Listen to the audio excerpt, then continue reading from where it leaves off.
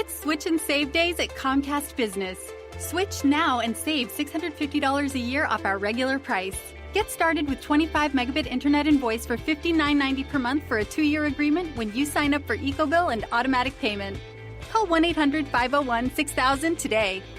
Comcast Business. Beyond fast. Offer ends 4/5/19. Restrictions apply. New business customers only. 2-year agreement required. Early termination fee applies. Equipment, taxes, and fees extra. Subject to change. This Sunday, the fallout. President Trump claims victory over the Mueller report. Total exoneration, complete vindication. Allies line up to defend him. And what did we hear this week? No collusion, no obstruction. A total vindication. And the president goes after his opponents. Little pencil neck Adam Schiff. But Democrats push back. The president has not been exonerated by the special counsel. And condemn Mr. Trump's conduct. I think it's immoral. I think it's unethical. I think it's unpatriotic. And yes, I think it's corrupt and evidence of collusion. My guests this morning, 2 Senate leaders, Republican John Barrasso of Wyoming and Democrat Dick Durbin of Illinois. Also, President Trump vows again to repeal and replace Obamacare. The Republican Party will soon be known as the party of healthcare. You watch. Did Mr. Trump just hand Democrats a winning issue? And the 2020 campaign. I am a dreamer and a doer. Can a self-described extreme moderate win the nomination in an increasingly progressive Democratic Party? I'll talk to former Colorado Governor John Hickenlooper. Joining me for insight and analysis are NBC News Chief White House Correspondent Hallie Jackson, Democratic pollster Cornell Belcher, Wall Street Journal columnist Peggy Noonan, and the editor of National Review, Rich Lowry. Welcome to Sunday. It's Meet the Press. From NBC News in Washington, the longest-running show in television history, this is Meet the Press with Chuck Todd. Good Sunday morning. It turns out we're still waiting for the Mueller report. On Friday, Attorney General Bill Barr sent a letter to Congress promising to release the report with redactions no later than mid-April, and said that there are no plans to submit the report to the White House in advance. What may be surprising is how little an effect Barr's 4-page summary of Mueller's nearly 400-page report seems to have had on public opinion. Our latest NBC News Wall Street Journal poll shows that 40% of adults say they do not believe the Mueller report clears President Trump of wrongdoing. Just 29% says it does. But look at this number. A very significant 31% remain unsure. Perhaps those 31% are wisely waiting for the actual report to be released. Or they just haven't been paying that close of attention to this story. President Trump's disapproval rating, by the way, sits at 43%, with 53% disapproving in this poll. That is down slightly from last month's numbers, 46-52 approved to disapprove. But let's be honest, it's well within the president's trading range that we've seen all presidency long. In fact, as you can see over the past 4 months, as throughout this presidency, Mr. Trump's approval numbers have basically held remarkably stable, even though they are weak. It's perhaps why the president debuted a scorched earth strategy of sorts on the campaign trail this week in Michigan, as Democrats are debating which one of their candidates can survive the onslaught. What may be most surprising of all this week was what Mr. Trump did during his celebration dance. He stepped on his good news. The president pivoted away from the best gift he's received as president, no collusion, and handed the Democrats a political gift of their own, a chance to defend Obamacare, now that he has vowed again to try to repeal it without any alternative. The Russia hoax is finally dead.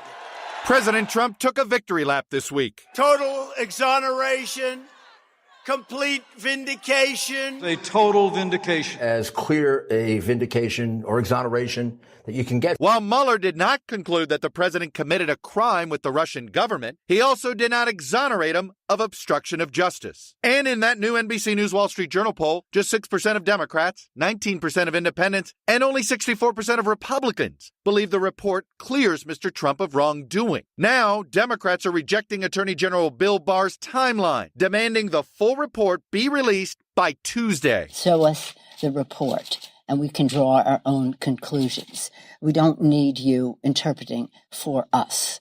It was condescending. It was arrogant. I have great confidence in the Attorney General. And if that's what he'd like to do, I have nothing to hide. But by Friday evening, the president appeared to have reversed course, tweeting, "The problem is no matter what the radical left Democrats get, no matter what we give them, it will never be enough.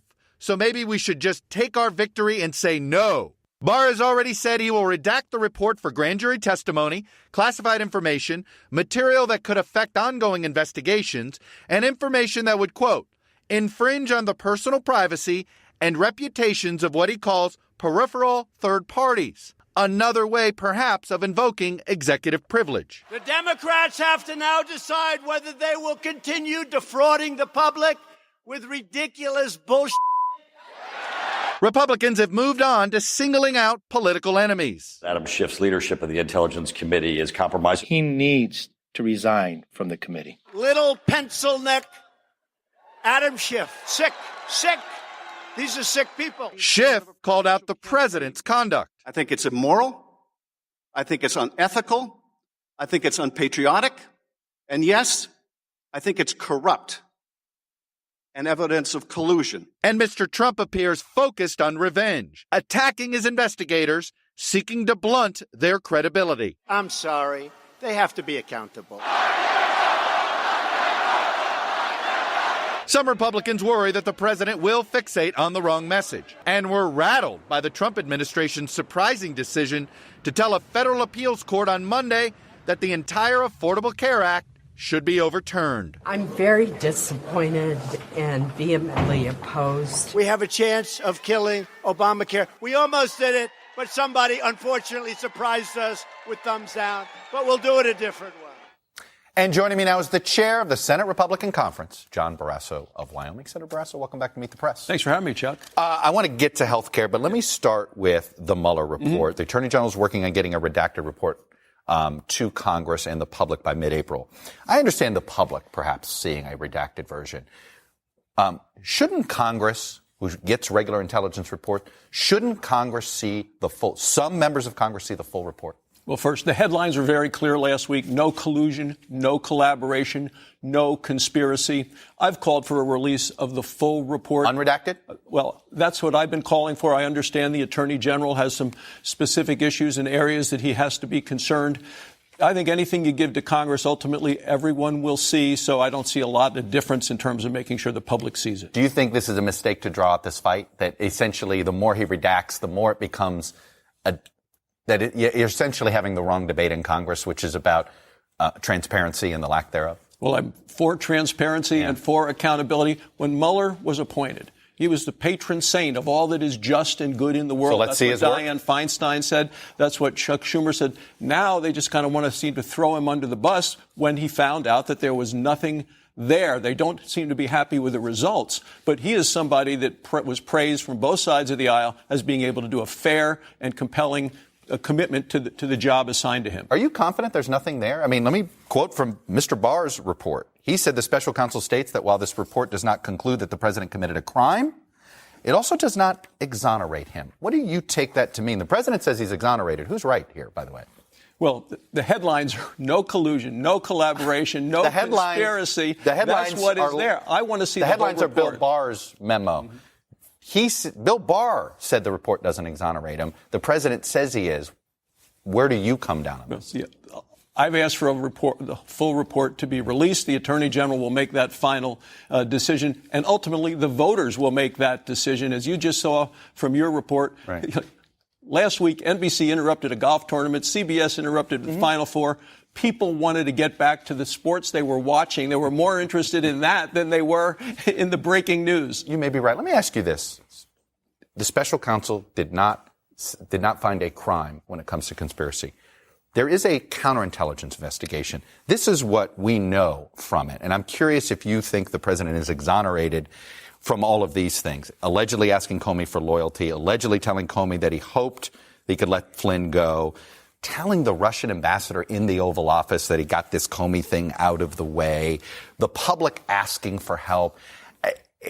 The president's behavior, while he's technically exonerated from a crime, is he exonerated from his behavior as a president? Every president is judged on many things. Behavior is part of that. The electorate will be asked to make that judgment in 2020, and we'll see how they decide. But what do you think on this? Yeah, I think that the president has been clear with the American people. He has been, I believe, falsely accused for the last 2 years, and Mueller has proven the fact that there was no collusion. You think he was falsely accused because some of his behavior led people to believe there was something more there? He's the one that wanted to. Do you think it was appropriate for him to want to do business with Vladimir Putin and Russia while running for president?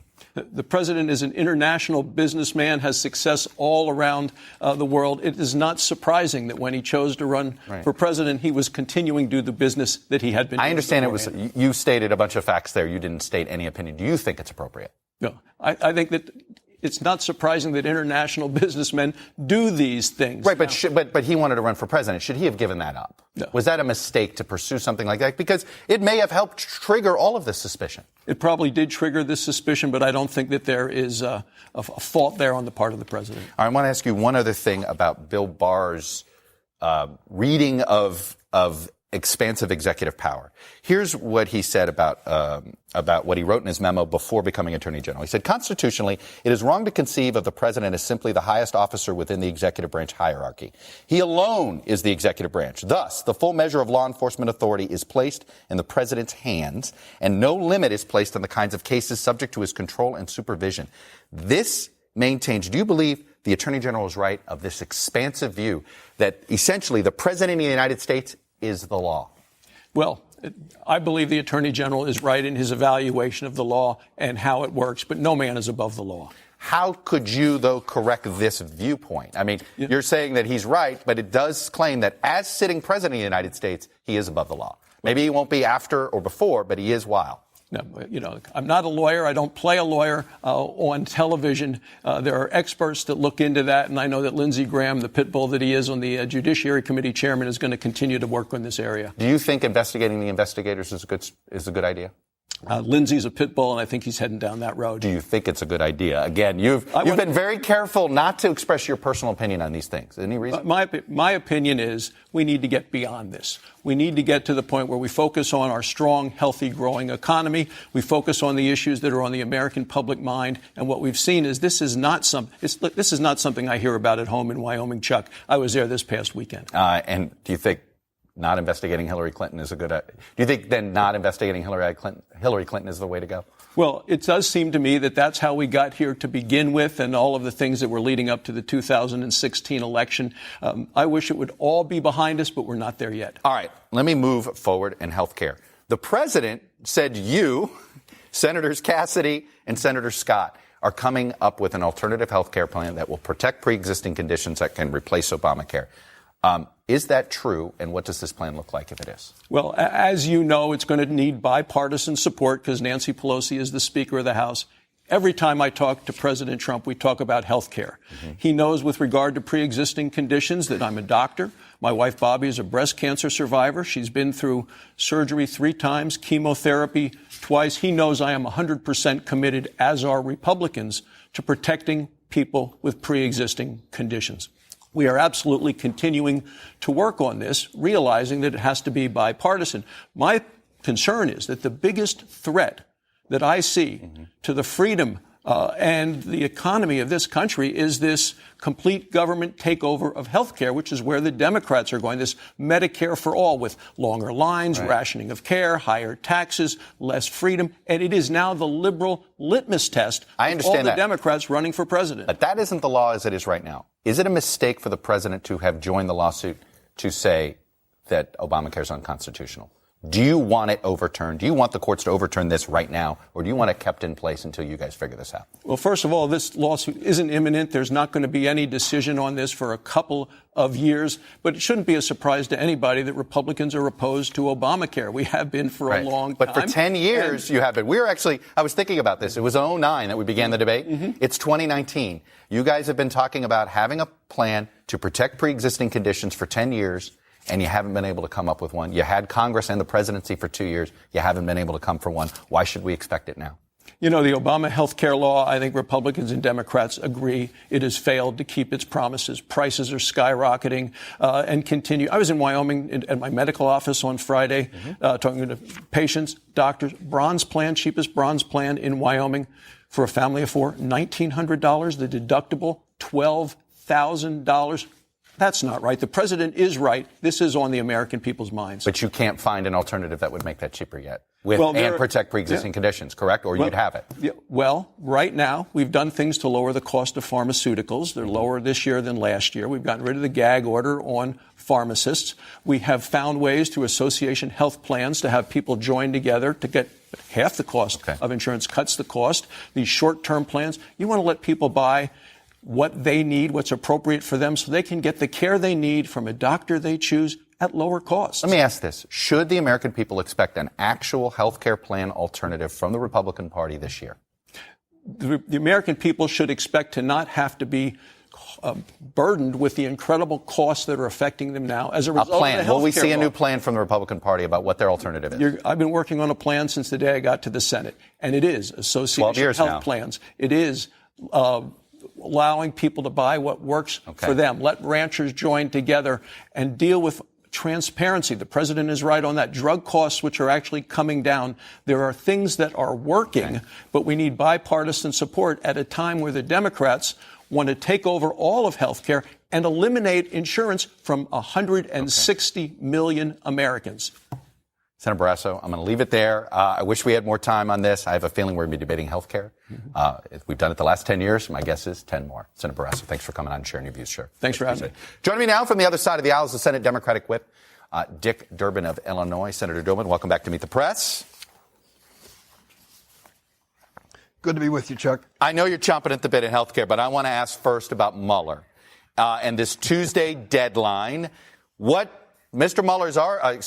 Barr has already said he's not going to meet the Tuesday deadline for the Mueller report to be in Congress. What are the consequences? Do you have consequences planned? We have a new species of political dinosaurs. It's called the Barr redactyl. And apparently, William Barr believes that he can take his time and redact the 300 or 400-page report from Bob Mueller. I think it's long overdue for him to apply to court to get a waiver when it comes to grand jury information, and then to produce this report in its entirety for the Congress. There's ample precedent when it came to Clinton investigations in the past, for Hillary and for Bill Clinton. There were massive reports, unredacted, turned over to Congress. That should be the case here as well.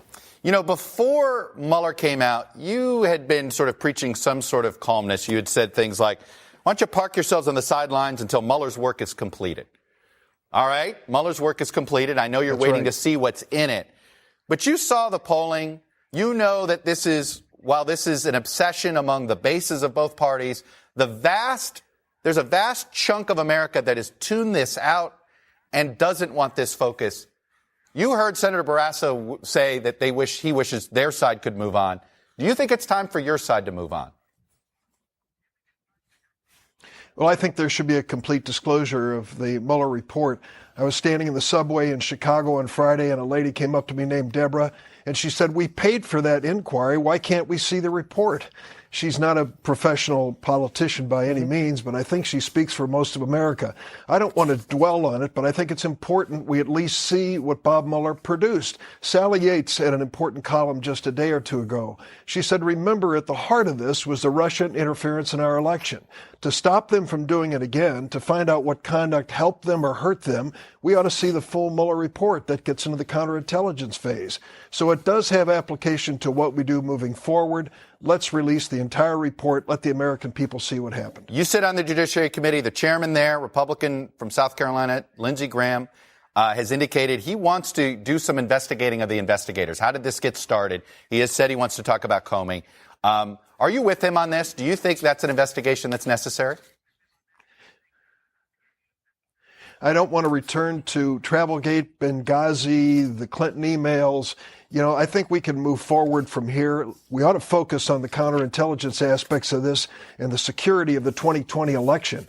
That's the one thing both parties ought to agree on. Yeah. No one should interfere with the opportunity and the obligation of the American people to choose their next rank of leadership. Given the fact that Senator Graham admitted he was sort of involved in the process, or at least knew of the process of how the dossier got to James Comey from Senator McCain, and he read it actually before it got to Comey, does he have to recuse himself from this investigation on your committee or not?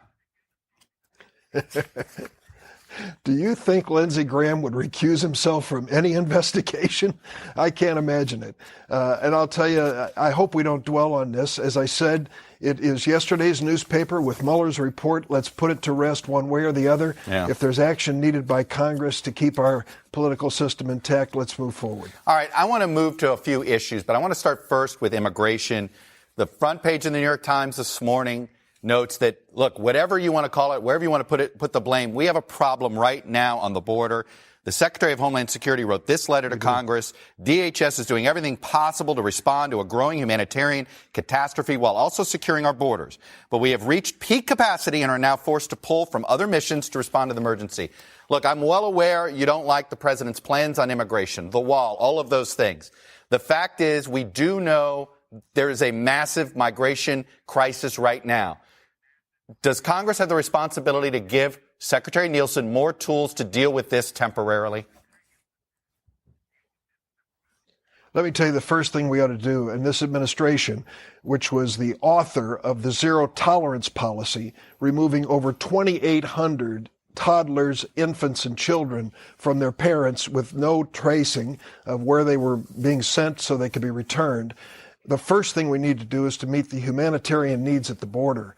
Instead of building fences 2 or 3 years in the future by taking money from the Department of Defense, focus on facilities to serve these families so that there aren't children who are hurt and dying as a result of this situation. Then take a look at the big picture. When the president says he's going to close the border, that is a totally unrealistic boast on his part. What we need to do is focus on what's happening in Central America, where 3 countries are dissembling before our eyes and people are desperately coming to the United States. The president's cutting off aid to these countries will not solve that problem. Let me move quickly to health care, and it's this question. The Democratic presidential candidates are all talking about remaking Obamacare, some of them radically, some of them on the edges. The Republican Party is obviously in a different place. You're trying to defend Obamacare while the rest of your party wants to change it. Should the presidential candidates be more focused on defending Obamacare than changing it? I can tell you this. I voted for it and think it's one of my most important votes. It cut the number of uninsured Americans and in Illinois in half. And back to my friend John Barrasso, and he is a friend, 25,000 people in the state of Wyoming have health care because of Obamacare. 95% of them get a subsidy for the premium payment. There are ways to improve it. The Affordable Care Act was not brought down a mountainside by Moses on clay tablets. There are ways to improve it. For example, when it comes to prescription drug pricing, I disagree with John Barrasso. Most Americans believe, and I do too, that prescription drug prices are through the roof and indefensible. We should be addressing that as one of the first changes to make the Affordable Care Act more effective. Quickly on 2020, Joe Biden, there's an allegation that he was basically made some women feel uncomfortable by some ways that he acted around them. He has put out a more complete statement saying he still doesn't remember the incident, but that he will pay more, that men in general need to pay more attention how they interact with women. Are you concerned that Joe Biden can handle the onslaught of 2020? Do you think he should run? Well, I can tell you that Joe Biden is a friend and a seasoned veteran when it comes to political campaigns. I know nothing about the allegations that I also read this morning as well. I think all of us should take such allegations seriously and with respect. I took Joe Biden's statement to say just that exactly. So, yes, I think he's ready, if that's his decision, to move forward in this presidential campaign. We have a spirited field of 15 or 16 candidates this isn't disqualifying across the spectrum in the Democratic Party and its values. certainly one allegation is not disqualifying, but it should be taken seriously. All right. Senator Dick Durbin, Democrat from Illinois. As always, sir, thanks for your time and sharing your views. Thank you. When we come back, the president spent the week going after his opponents in the wake of the Mueller headlines. Was it a missed opportunity? There are a lot of people out there that have done some very, very evil things, very bad things, I would say treasonous things against our country. Hi, it's Katie Tur. Want to keep up with MSNBC while you're on the go? Subscribe to the MSNBC Daily Newsletter. You'll get the best of what you've missed during this unprecedented era of news. Text MSNBC to 66866 to subscribe. Back now with the panel, Democratic pollster Cornell Belcher. He's an NBC News analyst. Wall Street Journal columnist Peggy Noonan, also an NBC News analyst. Our chief White House correspondent here at NBC News, Hallie Jackson, and the editor of National Review, and a man who was up late watching UVA get to the Final Four because he's an alum, Rich Lowry. You were in a much better mood this morning, I imagine, than you would be. Let me play. The president had a couple paths that go down after getting some good news on Sunday, as far as he was concerned. Here was the president at his first campaign rally, post-Barr/Mueller report. There are a lot of people out there that have done some very, very evil things, very bad things, I would say treasonous things against our country. Those people will certainly be looked at. The Russia witch hunt was a plan by those who lost the election to try and illegally regain power. Sick. These are sick people.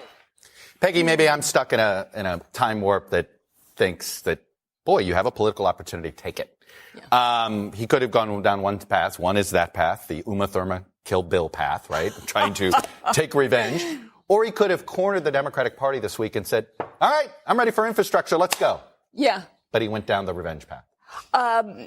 Somebody said when it was announced that the Trump White House was going to now push on health care once again after having been unsuccessful the first time. Reporter said to a White House official, why are you doing health care? And the White House official said, too much good news. Have to change the subject. So there was an element of that. It would have been wonderful to see the president. There's something a little surprising. He was angry when the good news came in. Didn't you get the impression that he was feeling anger when you He loves the grievance, so yeah. Well, relief and generosity would have been nice. A little history of how we got there, then put it away. Then, as you say, and as I agree, go forward on infrastructure. He is the builder. America wants to build. Dems are for it. Reps are for it. Go, go, go. Well, there was consternation inside the West Wing among the president's allies about their whole plan, because let me take you back to like 6 days ago, because not just the Barr summary came out, Chuck, but you also had the guy who was his chief nemesis, Michael Avenatti, got arrested. He had his best pal, Bibi Netanyahu, over at the White House giving him some wine. He was riding high, and then in a matter of 24 hours, that'll change because of this filing deadline on the Affordable Care Act and that lawsuit. And there was real concern, I'm told by my sources, on the part of, for example, Vice President Pence, not a disagreement on the policy, but a disagreement on exactly this, the tactics. Where do you go from here? Because they could see that people like Senator Barrasso are going to get hammered by people asking questions like, where is the plan? Do you have a plan? There was also some questions from the lawyers on the legal viability of this argument. Now, the president, I don't think it's that surprising that he went full revenge mode. He was so mad for 2 years about this. So this was like a moment for him to, grind the grievance axe. But Rich, when he wonders, why is he sitting at 43 to 46%? I would just say, Exhibit A. Well, this is true, but he was genuinely angry because you have to think of it a little bit from his perspective. So he fires James Comey, as far as I can tell, because Comey refused to say publicly what he was telling Trump privately, which is, sir, you are not under investigation. As soon as he fires him, he's under investigation for 2 solid years, with some people, serious people, suggesting he's committed acts of treason. And I do think there should be an investigation of the investigators, not to wreak vengeance on anyone, because I do think this process went off the rails. We let a garbage oppo gathered from Russian sources by an ex-foreign spy, the so-called dossier, distort our politics for 2 solid years. Should Lindsey Graham be the guy investigating this, considering the weird relationship he had with the dossier itself? Lindsey switched around on a lot of stuff. But look, I would say, I know this isn't going to happen, but I feel as though this should be like after the conclusion of the Starr report, where all fair-minded people on both sides say, let's never do this way again. You want to take this first? Because I don't know where to start. This stinks, and this is why it stinks. Can you imagine for one moment if Democrats had taken the Start memo and said, you know what, this exonerates president, nothing really to see here, Newt Gingrich's head would have exploded. Look, this is part of the problem with Americans think of what's wrong with Washington is that there's no transparency. If in fact he's innocent, and by the way, Barr didn't say exonerated him completely. If in fact he's innocent, put it out there and let us all see it. You know, the number that's striking from the Wall Street Journal poll to me is 19. Only 19% of independents think that this clears the president. And you know what? As an operative myself, you know, I got to say, when you're giving your polling data to the Russians as a pollster, it's kind of hard. You say that you're not colluding. By the way, I do want to put up this number here. This is paying a lot of attention to news coverage on various, and we do this all the time in our poll. Put this up. Look where the Mueller report sits compared to other major events over the last couple of years. The Orlando shooting at the Pulse nightclub, the spread of Ebola, Access Hollywood tape. People who watched a lot of news coverage on the Mueller report, it's sitting at a 39, Peggy. Yeah. It is one of these things where understandably why all of us are into it. Yeah. And because it's an important investigation. But the middle of the country, I think, that's who this is. The middle of the country in America in 2019 has been used for decades to watching Washington do its thing and have its partisan investigations. And they do filter it out, I think, to a good degree. I'm sure they're all happy to have an answer now. I have a feeling the president's foes are never going to let this whole Mueller thing, the investigation, go. I think the Mueller report, once it is made public, to the degree it is made public, and then we'll all argue about that, is going to be seen less as a definitive, too explicit Starr report, and more like, oh, we can do Warren report on this for the next few years and pull every thread we see. What are we going to be debating more in the next 6 months, so, Hallie? Obamacare? Or are we going to be debating the full release of the Mueller report? I don't think we're going to be debating what's in the Mueller report for a while. I think we're going to be debating the full release. But what matters more? It's definitely, I think, the healthcare law. I think when you look at the numbers and when you look at what people are interested in, and when you look at what people are talking about on the 2020 campaign trail, specifically Democrats, they are not talking about Russia and the Mueller report. Now, that said, the president, and there are those around him who do see this as it's essentially a political cudgel to be able to use against Democrats. So, for example, this deadline issue, Bill Barr came out in that letter and said mid-April. I'm told by folks inside the White House, their stance is going to be, we're okay with that, and we're going to blast the Democrats for demanding it by Tuesday. This counterintuitively could be a reason why this outcome hurts the president. Because Russia was always a blind alley for the Democrats. The case against Trump is not that he's a Russian spy or he's a proto-fascist or any of that. It's what Nancy Pelosi's been trying to do. He's a conventional Republican masquerading as a populist with all the same Republican policies. That is the more powerful case. That's a fascinating way to put it. I'm going to pause it there because that's a dangerous place for Trump to be because he ran as something not as that. Up next, can a self-described extreme moderate win the Democratic nomination? John Hickenlooper is trying. My interview with the former Colorado governor when we come back.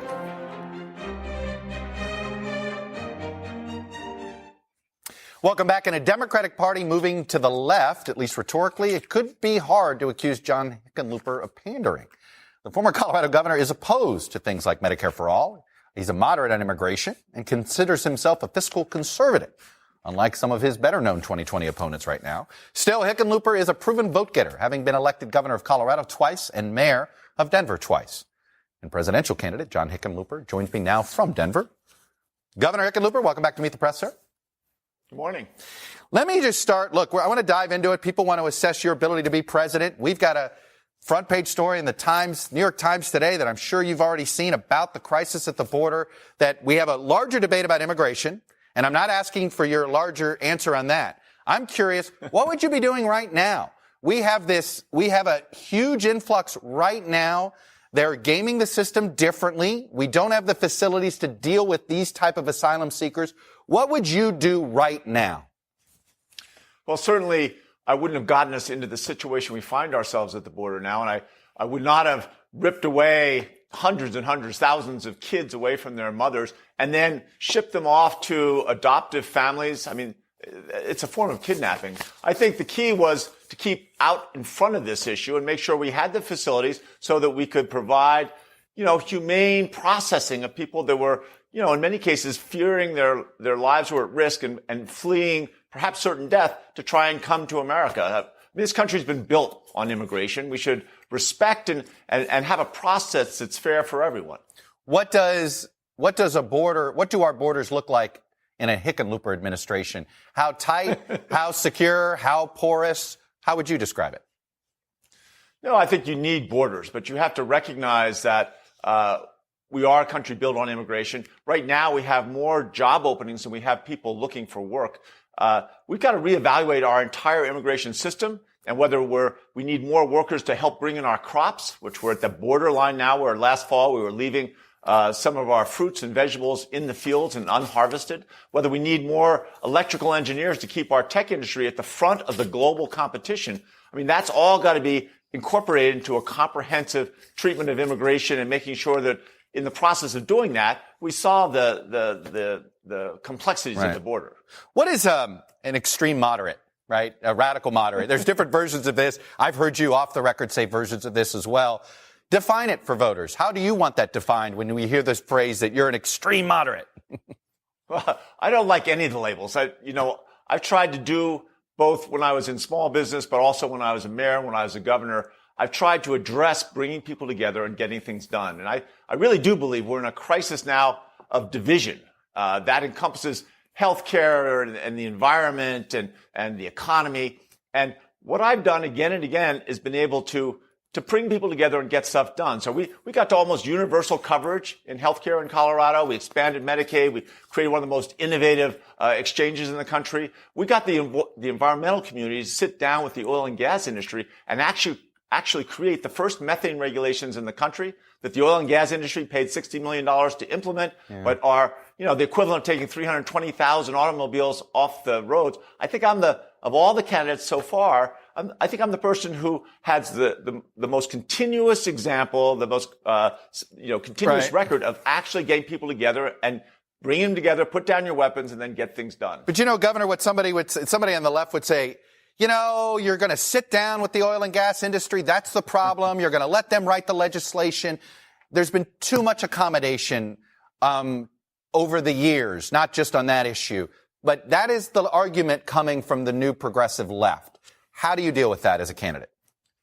Well, I hold out the record of actual accomplishment. Everyone else is pointing fingers and blaming each other. And when we got that methane regulation put in place, that system of regulations, not only has it helped Colorado, it's now being rolled out as national policy across Canada. It should be global policy. If we're really serious about addressing the challenges of climate change and the environment, it's not sufficient just to address it here in this country. We've got to do it globally to have the impact that we have to have. I mean, this is a place where we don't have the luxury of continuing this Washington-style battle of blaming the other side. And one of these battles where we have this a lot is on the issue of abortion. And I'm curious, when it comes to this idea of trying to basically break impasses, which I think is essentially what you're trying to say. You're going to be a guy that's going to try to break an impasse. You have a lot of states, Georgia's the latest, that are passing fetal heartbeat bills. Essentially, they're trying to prevent abortions, making them illegal the minute you can hear a heartbeat. What is your reaction to laws like that? Do you believe they're unconstitutional or not? And what is the line on abortion for you? Well, I think those laws are unconstitutional. And I think, from my point of view, I recognize the difficulty of the question, and I emphasize with people on both sides, but I believe I've always come down on the side of a woman's right to take care of her own health care. Is there any limit? Is there any limit that you believe there should be? What is it? Wait. But one of the things we did in Colorado over the course of 5 years, we got some foundation money, but we provided long-acting reversible contraception, things like Norplants and IUDs, to 15 to 25-year-old young women. And in that process, over the last 8 years, we have reduced teenage pregnancy and teenage abortion by over 60%. I mean, that's the kind of accomplishment and achievement we should be looking at. And again, you've got to have the debate, and I respect that, but I think a woman has to ultimately have the right to, make decisions about her own health. And what is government's role at all? Should government just draw that line? Is there a line the government should draw? I think that the Supreme Court has already drawn that line. and in this country, women are allowed that final decision of those issues that most directly affect their health care. Let me ask you a final issue that has popped up this morning, and that is this accusation against Vice President Biden. He says he doesn't remember it, but he also says that he wants to rethink how men in general have interacted with women. First of all, is it a disqualifying, from what you have read and seen about this? Do you believe it's disqualifying? And second, what past behavior should be accountable these days and what shouldn't? Well, I think the more important issue to recognize is that we are at an inflection point, really a moment of transformation of the entire country, where women, in many cases for the first time, are having the courage to come forward and speak about things that happen to them that make them intensely uncomfortable. In many cases, they feel they've been damaged unfairly. I think our first responsibility is to make sure that we allow these ones, we recognize their bravery, and that we listen to them and we believe them, right? We have to make sure that that's the first issue. And what about, is this disqualifying for Vice President Biden? Well, again, I don't know, aside from this one issue, I haven't, even this issue, I don't know all the details, but I think that's why we have an election. That's that process. But, certainly it's very disconcerting. And I think that, again, women have to be heard and we should start by believing them. Governor John Hickenlooper, Democrat from Colorado. I'm going to have to leave it there. Thanks for coming on and sharing your views. I imagine we'll catch up again, sir. Thanks, Chuck. Up next, Democrats are desperate to win back the White House. So what do Democratic voters think of some of the better-known candidates so far? That's next.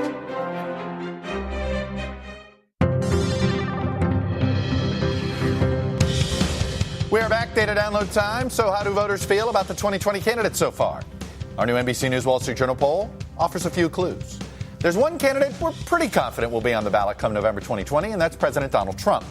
Republicans look to be all in on the president, with 79% saying they are either enthusiastic or comfortable supporting him. Democrats, as you might expect, are at the other end of the spectrum. But only 34% of independents call themselves comfortable with Trump right now. It's not a strong number for the president to be starting with right out of the gate. And perhaps most telling, a full 50% of all respondents call themselves very uncomfortable supporting the president's reelection. Remember, what we just tested with President Trump and what we're testing with 5 Democrats this month, and we'll test more in the months to come, is basically the floor and ceiling of potential support. This is not a horse race poll on purpose. Anyway, among self-described Democrats, the person with the most enthusiasm and comfort was Biden, followed by Sanders, Warren, Harris, and O'Rourke. Biden had the most saying they were enthusiastic or comfortable at 70%. Now, with independents, the candidate order essentially held with lower levels of support, of course. Overall, however, Biden and Sanders seem to have an advantage with independents, both with close to 50% saying they'd be comfortable or enthusiastic supporting him or them. Republicans also followed the same pattern with much lower numbers. Biden stands out from the crowd here with 21% saying they'd be comfortable supporting him. That could suggest he has some crossover appeal if he runs and wins the nomination. Look, name recognition is obviously crucial when running for president, and it could explain the stronger showings for Biden and Sanders right now. And we should note that Sanders also starts with the highest negatives among Democrats as well. Harris and O'Rourke received the highest numbers for don't know the name or not sure in our poll. But that also means both Harris and O'Rourke have a better shot at defining themselves on their own terms throughout the campaign, unless somebody does it for them. And that may be the case for much of the Democratic field. It's not a bad place to be in the spring of 19.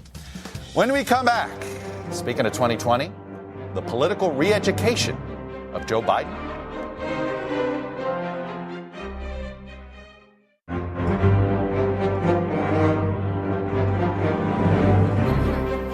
Back now with Endgame and a story that actually continues to develop this morning, the accusation against former Vice President Biden. He has put out a new statement. Let me read the whole thing in part and let's dive into this discussion. The original context had to do with a Democratic candidate for the lieutenant governor in 2014 talking about essentially Vice President Biden invading her personal space in an extraordinarily uncomfortable way.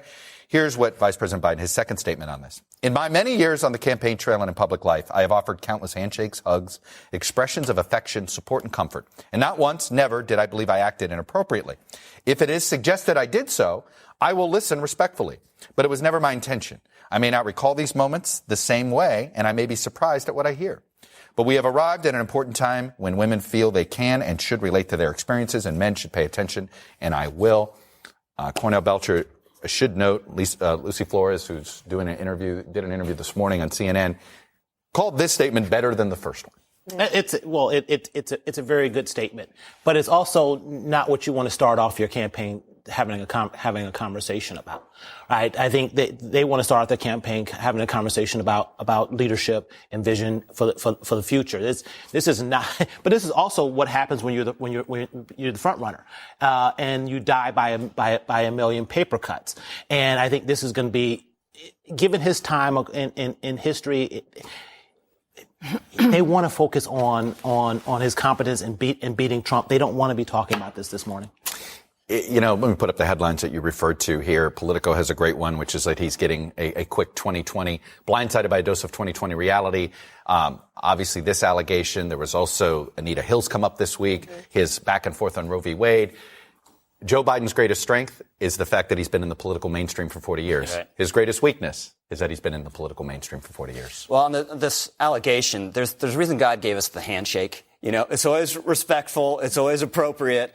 And it's gender neutral. Yeah. And the crux of his statement, I don't think this was like sexual or malicious, but it was way over familiar. And it would immediately, in any workplace, get you reported to HR to say, stop doing that.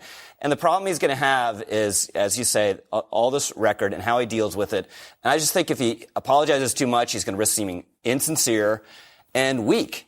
And in theory, I think he's a really formidable general election candidate, but no one in either party in our national politics will say, you know what, I want to own the old guy establishment lane in one of our major political parties. We're talking, and I think, rightfully so, about a lot of the political piece of this, but there is such a big cultural element to this, too. I mean, we are now post-Me Too, October 2017, right? That's not that long ago. And more broadly speaking, on a big picture level, candidates have to grapple with what it means to have had white male privilege for many years. And you're seeing that in this very public way. Voters are demanding it. The women candidates running are in some ways demanding some accountability for that, too. This goes beyond the realm of politics. It's much bigger than that. Oh, I think it has to do with the fact, in part, that Joe Biden is a longtime American political figure who came from the fleshy world of 60s and 70s politics. And when everybody started to hug and kiss, we're different from the 40s and 50s. We're hugging, we're kissing, all that stuff is going on. That's part of his story right now. Another thing is, I think for the first time in his life, Joe Biden is seeing himself the target of his own party's oppo. He's got operatives for other candidates going after him in a way that will have to be startling. Can he survive this? Yes. How? How does he survive it? Yes, because he pivots to the issues. I think it was a very good statement because he acknowledges that, and you're absolutely right. The culture has fundamentally changes, which is a problem for a lot of our older candidates who, to your point, came up in a culture that was very different. But I think he can survive it, and this is why he survives it: comfort. The number that popped out in the NBC poll is comfort, and Democrats are very, very comfortable with Joe Biden. However, I don't think that sets people on fire. Yeah. The good news is you know what you're going to get. The bad news is you know what you're going to get. That's a really good point. All right, guys. That's all we have for today. What a show. Thank you for watching. We'll be back next week because if it's Sunday, it's Meet the Press.